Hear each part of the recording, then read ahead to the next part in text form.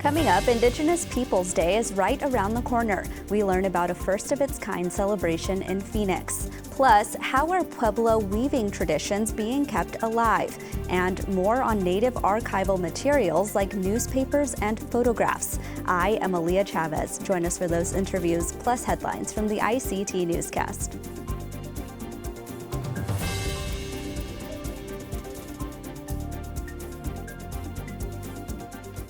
This program is made possible by the Corporation for Public Broadcasting, a private corporation funded by the American people.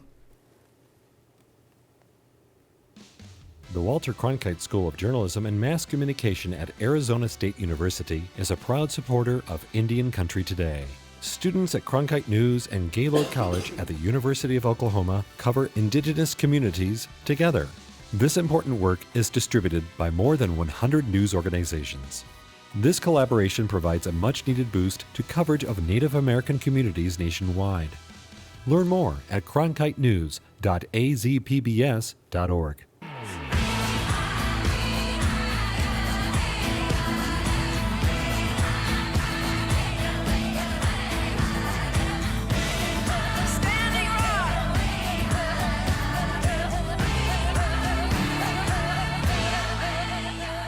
This is the ICT Newscast with Aaliyah Chavez.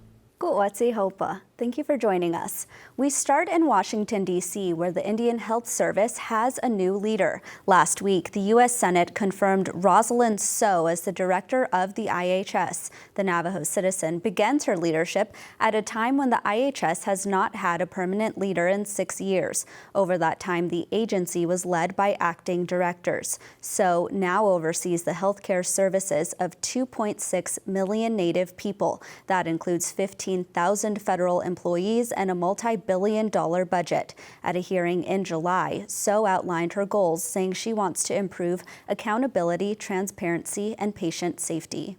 The healthcare at the IHS is critical for those we serve. I understand this not just because I work there, because my family relies on IHS, my friends rely on IHS, and I rely on IHS.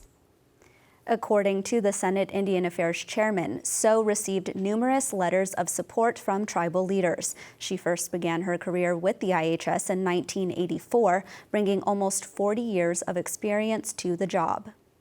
Well, last week, President Joe Biden declared a major disaster for the Muskogee Nation in Oklahoma. Biden ordered federal aid to supplement the nation's response and recovery efforts. This comes as the tribal lands were blasted by severe storms, tornadoes, and flooding in May of this year. Principal Chief David Hill says his nation is proud to be able to use the funds to better support his community.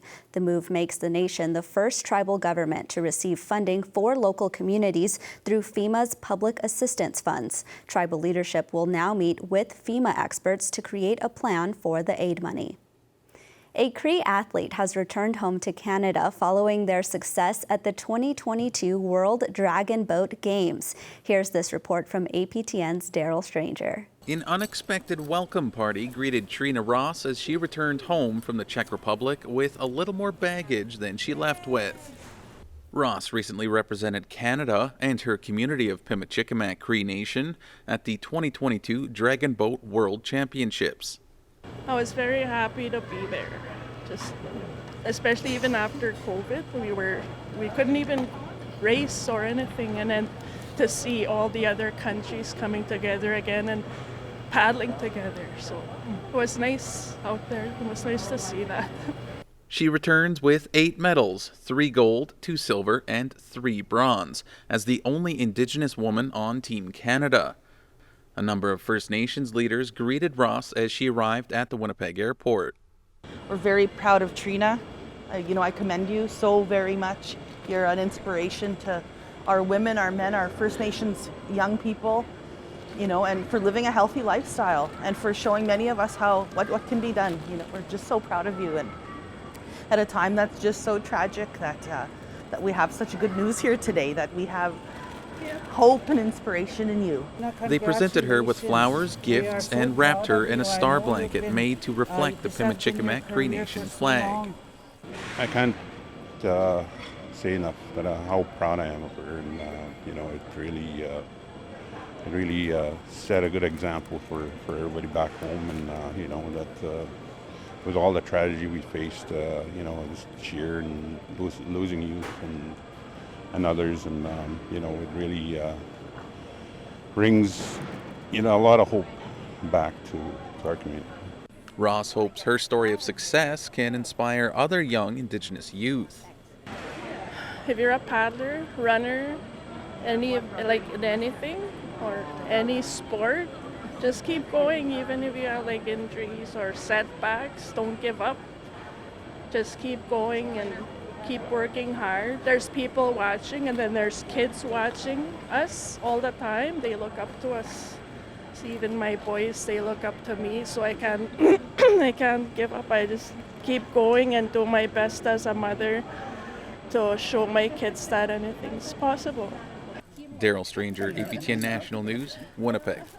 Well, here's some news for the fans of the streaming series Reservation Dogs. Last week, the award-winning show on FX and Hulu was renewed for a third season, which is slated to come out in 2023. This comedy series from co-creators and executive producers Sterling Harjo and Taika Waititi has taken Turtle Island by storm. From memes to beaded medallions, Indigenous people have fully embraced the comedy that follows Native youth through their misadventures. And behind the scenes, Native representation is present too. Almost every writer, director, and series regular on the show is Indigenous. Harjo says the reception of the second season has been great, and he's excited to bring more laughter and love to fans. Season 2 of Reservation Dogs ends on September 28th with its 10th episode. And those are the headlines for the ICT Newscast.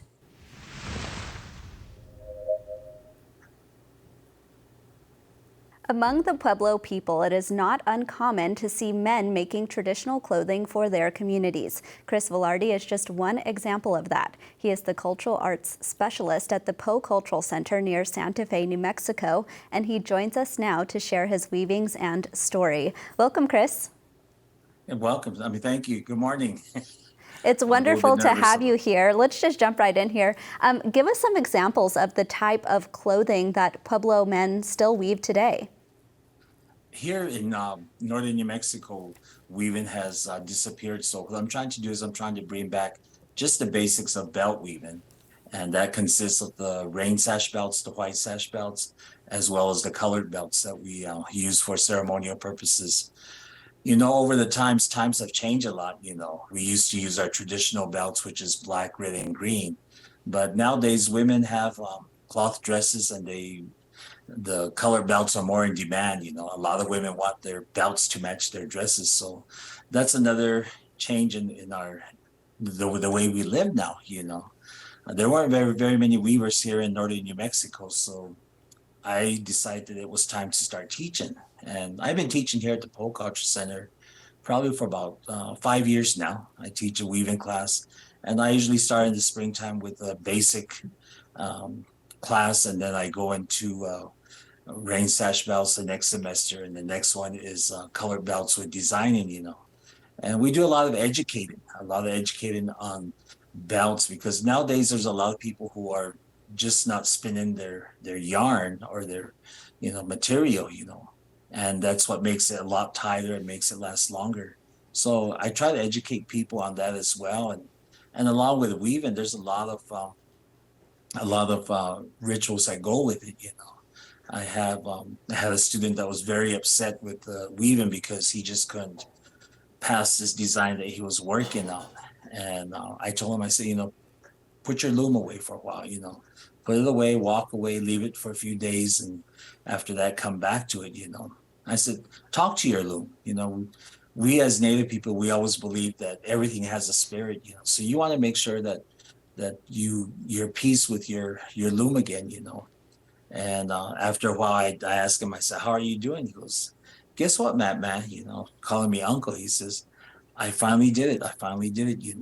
I said, sometimes you just have to walk away, So there's things like that take into aspect of weaving. It's just not that you're weaving out there and you're making something to sell, A lot of work goes into it, the pain, the tears, the happiness, the prayers that go into it is always important.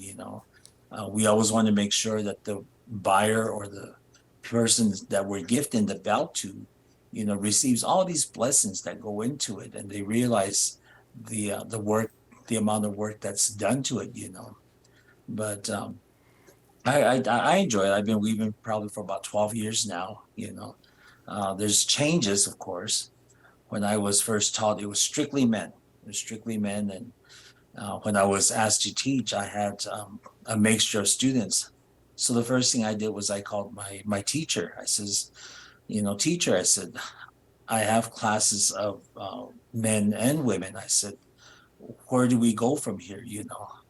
And his answer was, he says, times are changing.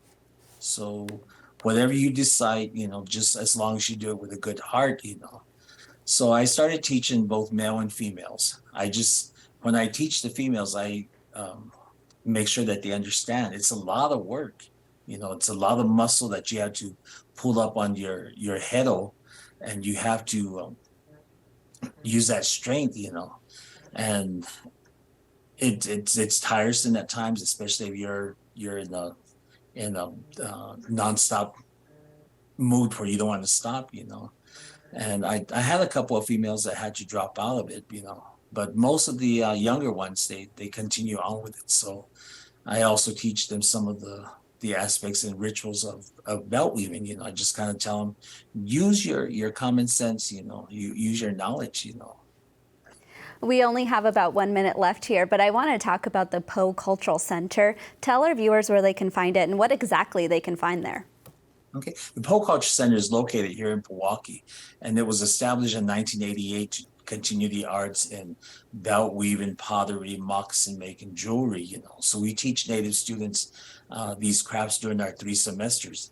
We also have a museum, and we also have history here that people can ask about, So if you're ever in northern New Mexico, come check us out, come check us out and take a tour of our building, Well, I know I'll have to take a trip there when I get to go home to New Mexico. Chris, thank you so much. You're welcome. Thank you.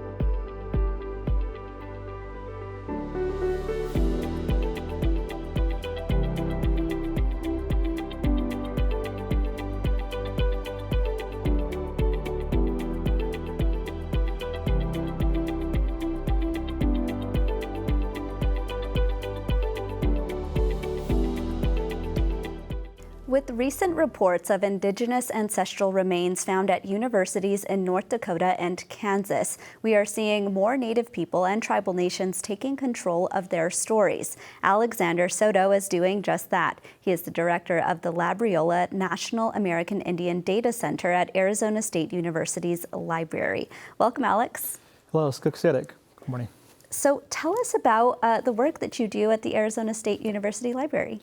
Yes, so the Labriola Center is actually an indigenous library within Arizona State University library system. And so we have 2 locations, one on the main campus in the Hayden Library and the second one out on the west campus in the Fletcher Library. And I understand you actually have different types of collections. Maybe tell us about those. Yes, so our collections span whether that's archival or distinctive collections, more or less rare, unique books, but also we have an OpenStax circulating collection for students to check out. A lot of the newer titles are more from contemporary, indigenous writers, poets, creatives. It's just really good to have a show of Native books within libraries, let alone at the university. So. And a lot of that you mentioned is archival. Maybe tell us about some of your favorite things that are in those archives. Yeah, within our collection scope, so we have one of our archival manuscript collections, so that would consist of papers, like the typical gray box you're probably accustomed to seeing in movies, and then also we have the unique, rare archival books, some of which are just could be ranged from community publications on the reservation. So, for example, one of the favorite ones I like to have or to view is ones from my own community of Pueblo Nation. That's where I'm originally from, and just to see kind of that, history of language work, cultural work dating back from the 60s and 70s, and then how that's evolved throughout the decades to now. And so a lot of the cultural revitalization material I tend to gravitate towards. But in addition to that, just seeing old tribal newspapers is pretty cool. I mean, there were some papers in there that I was unaware of from the Gila River Indian community from back in the 70s. And so when you're in the archive, you just kind of always discover, and it's just kind of a rabbit hole. So you look for something, and then it translates to, or goes to something else. But yeah, it just depends on your background and what your interest is. So. I mean, you mentioned that your tribal nation is, of course, using these archives for things like language revitalization. Mm-hmm. Is this collection and are the collections in general open to just students and faculty of ASU, or is that something that's open to other people? Being that we're a public university, it is open to the public at large. In that sense, for the archival material, you do have to make an appointment, whether you're a student or community member, just because of the nature of it. You have to make an appointment for a reading room and meet a librarian like myself or other librarians, just so you can have that time and have the time you need to look through it. But as far as the circulating books, that's something mainly for the students, but we are looking towards ways to make that collection more accessible to the public.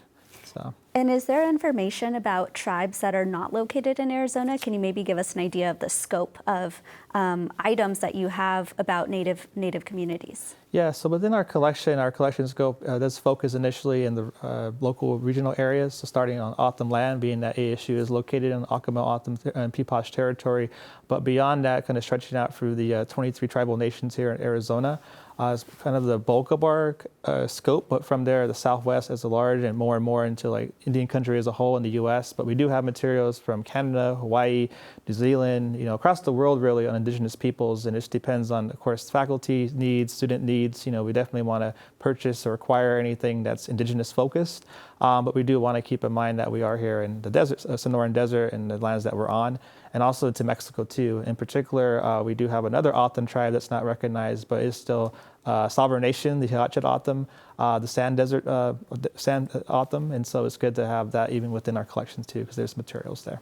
So. As I mentioned in my opening, we saw other universities in places like South Dakota who are really grappling with collections of archival materials. Can you maybe talk about what the policies are in place to respectfully collect archival materials of Arizona tribal nations here? Well, for us, being that we're an all-Indigenous staff, which I didn't mention, it's myself and 3 other folks who are Native, one of which is a librarian. We do take a unique approach to collections, being that we are Indigenous and we do carry those values around our traditional knowledge or cultural knowledge, where we're not here to collect material for the sake of collecting like a lot of non-Native institutions do, which is the majority, especially in academia.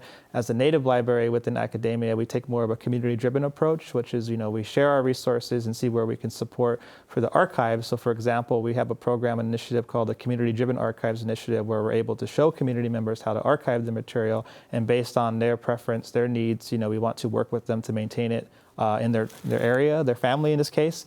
But if they do want to gift it to ASU, we do offer that as an option. And so with that, to your question, it just really depends on having a conversation and recognizing certain things maybe belong in the university and certain things don't, compared to having it come in and then later on trying to figure it out with NAGPRA, some other laws around repatriation. So we definitely take a more forward thinking position on that compared to just collecting.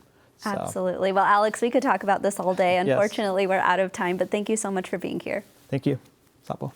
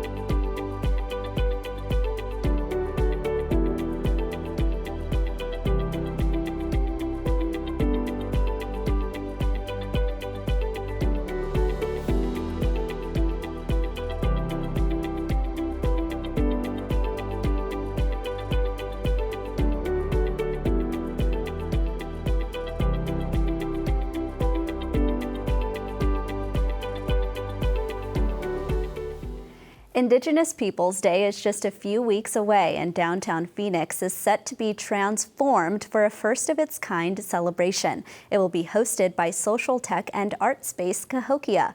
Candace Hamana is one of the organizers, and she joins us in the studio today. Welcome, Candace. Hi, good morning. So, I want to just jump right in here. Tell us what to expect in just a few weeks to see here in downtown Phoenix. Sure. Well, it's basically a block party celebration. We quickly grew out of the 3,000 square foot space that we have down at the actual gallery. So we've got over 100 collaborators that are coming together to create 10 immersive experiences for anyone who wants to come out and celebrate all of the beautiful Indigenous representation that we have here in Arizona.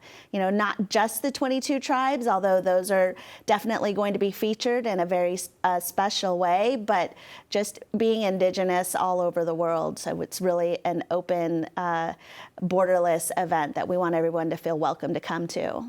I was looking at the list of events itself, and I saw a fashion show. I saw it looked like a film festival. Maybe tell us what some of the actual experiences are. Yeah, definitely. So we've got 3 performance stages.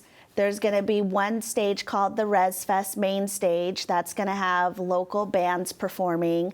We're also going to have the Uncontained cultural performance stage. So that's more traditional singing, dancing, and representation like that. And then for those who want an upgraded, elevated experience, they could buy tickets for the VIP experience at the Churchill with Indian collective artists such as Gunnar Jules, Mato, and 2 for 1 that will also be performing. And in that space, there'll be the fashion show. So we've got those stages. There's a skateboard competition with 7 Layer Army. That's a Otham skateboard company out of Gila River. We also have a community zone where we'll have vendors set up to share information. We also have the Cardinals and the Suns who will be there to provide hands-on activities for the kids, and everybody loves to, get involved and be active. The Indigenous film screening, we've got a flash tattoo experience. There's going to be so much, and we're really excited to be putting it together, but we've been working really hard too. As I'm hearing you talk about this, I'm thinking I live a few blocks away. Of course I have to go, but there's so much. It sounds like I'm going to have to make an itinerary and hopefully make all of the events. I want to talk about food because we haven't talked about that yet. Yes. What kinds of experiences will be available with food? Yeah, so we'll have some food trucks there as well as some traditional just vendors selling, the different types of, I know we'll have the blue corn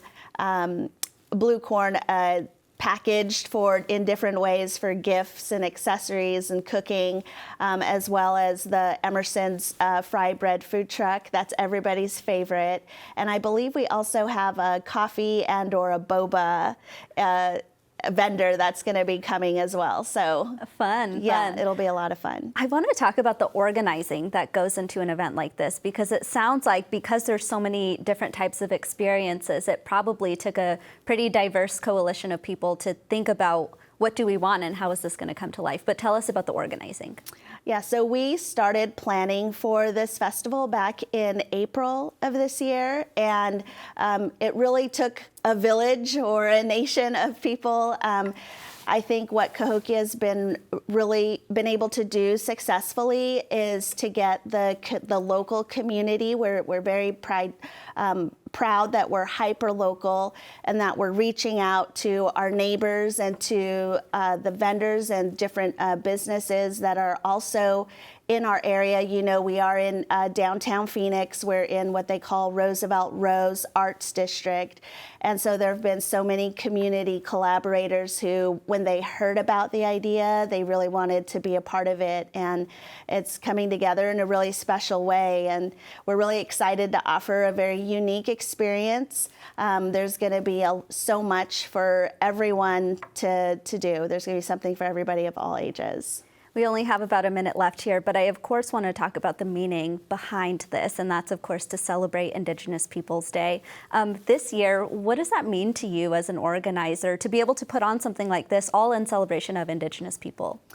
So the collaborators are almost nearly all Indigenous people themselves, and so we are mainly here in the Valley, but also because we've got so many awesome tribal communities that surround the Phoenix area, being able to pull them in and really is helping us bridge economies, right? So they're able to come from their homelands and their res and come to Phoenix and, expand their business, be able to talk about their products and services with a new audience, people who are interested in coming to downtown and really experience the different types of the culture, language, and traditions of our Indigenous people. Well, I'm excited. Candace, thank you so much for being here. Yes, thank you. Thank you for having me. And that's a slice of our Indigenous world. For all the latest, visit ictnews.org. From all of us in the newsroom, stay safe, my relatives. Sometimes you got to take a stand just because you know you can. Oh, you got to run, you got to run.